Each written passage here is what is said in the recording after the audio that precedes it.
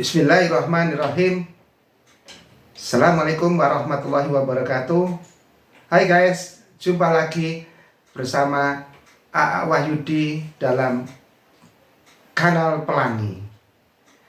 Episode kali ini gue masih menampilkan kisah tentang kereta api cepat Wush. Kenapa kok gue buat sampai 2 jilid? Karena banyak teman-teman gue yang menanyakan kenapa kok sepertinya kereta api cepat Wush happy ending. Terus saya tanya, apa yang dimaksud dengan happy ending? Emangnya ini drakor? Ternyata sebagian dari teman-teman yang nanyakan tadi itu mempertanyakan apa yang dimaksud dengan pasang badan oleh Presiden Prabowo Subianto. Kemudian nggak usah khawatir apa itu ribut-ribut Wush. Saya sudah pelajari masalahnya. Tidak ada masalah. Saya tanggung jawab nanti Wush itu semuanya. Indonesia bukan negara sembarangan. Kita hitung, nggak ada masalah itu. Ya. Jadi PT KAI nggak usah khawatir. Semuanya nggak usah khawatir. Rakyat, kita layani rakyat kita. Kita berjuang untuk rakyat kita. Teknologi, semua sarana itu tanggung jawab bersama. Dan itu di ujungnya tanggung jawab Presiden Republik Indonesia. Jadi saya sekarang tanggung jawab Wush. Kita ketahui pada saat meresmikan stasiun Tanah Abang baru pada 4 November 2025, beliau mengatakan sudah nggak usah gaduh tentang kereta api Wush. Kita akan bayar, kita punya dana. Nah, ada kalimat yang menggelitik publik, yakni saya Presiden Republik Indonesia akan pasang badan. Nah, ini pasang badan terhadap apa atau terhadap siapa?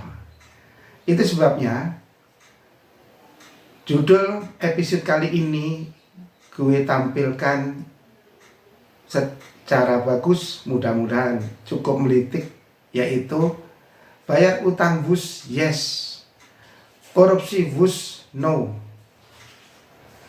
pasang badan tanda tanya.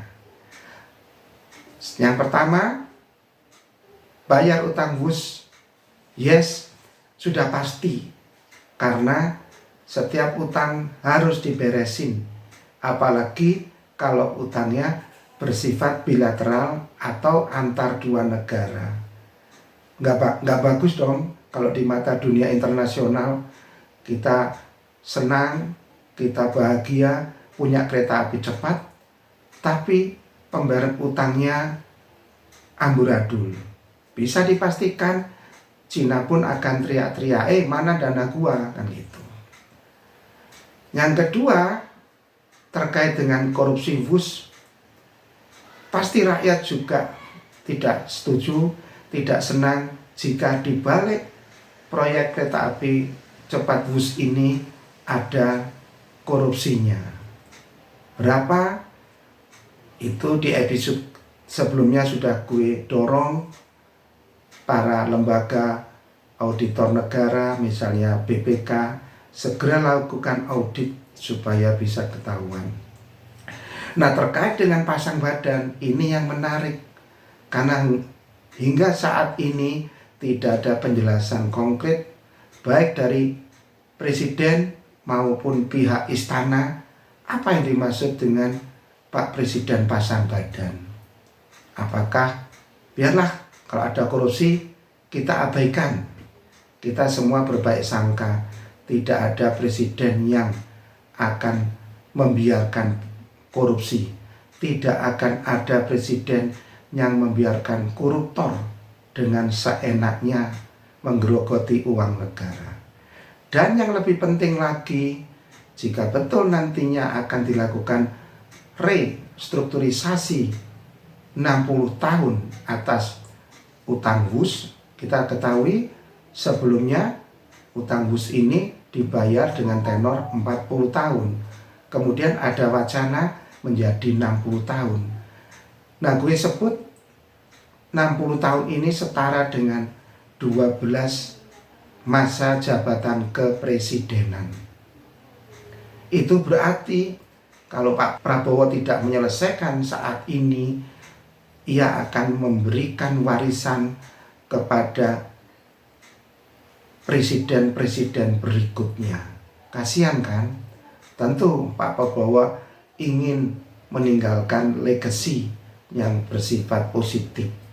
Ini baru dari satu proyek WUS saja, belum proyek-proyek lain yang mungkin di sana juga dana negara bocor. Ini aja sudah menimbulkan dalam tanda petik konflik internal tentunya. Kenapa? Karena Pak Prabowo sudah menyatakan dari mana dana untuk membayar WUS? Dari pajak. Nah, ini artinya akan menggunakan dana APBN.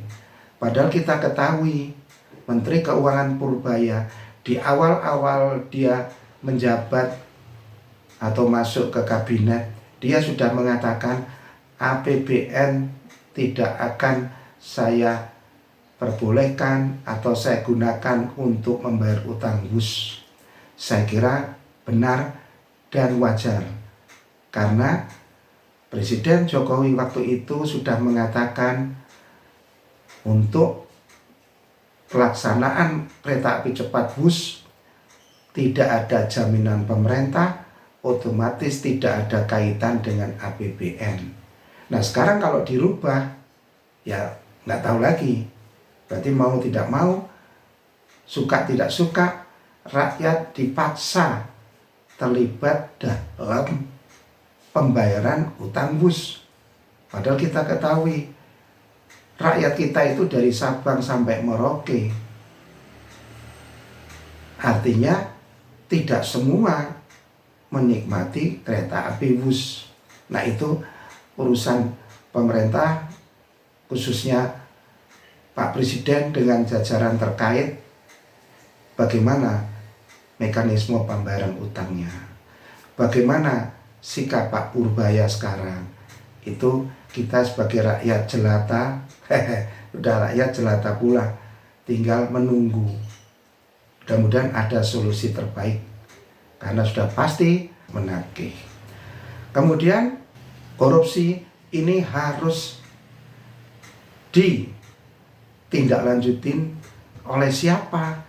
Ya terserah aja, bisa KPK, bisa kejaksaan, bisa kepolisian. Tapi umumnya kalau sudah korupsi yang tingkat besar, gue sebutnya sebagai mega korupsi, KPK lah yang bisa turun tangan.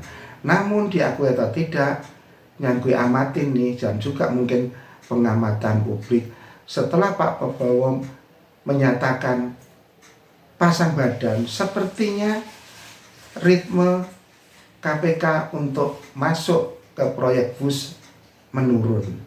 Apa indikasinya? Semula KPK mengatakan akan segera tindak lanjutin, akan segera turun. Nah, itu sekarang tidak lagi, tapi dengan kalimat yang berbeda, akan mengecek pengadaan tanah yang dimungkinkan ada korupsi. Loh, kok jadi pengadaan tanah? Bukannya banyak yang bisa harus diteliti.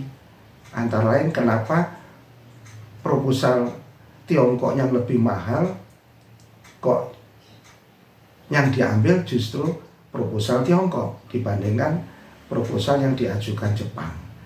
Nah, kita tunggu bagaimana kelanjutannya.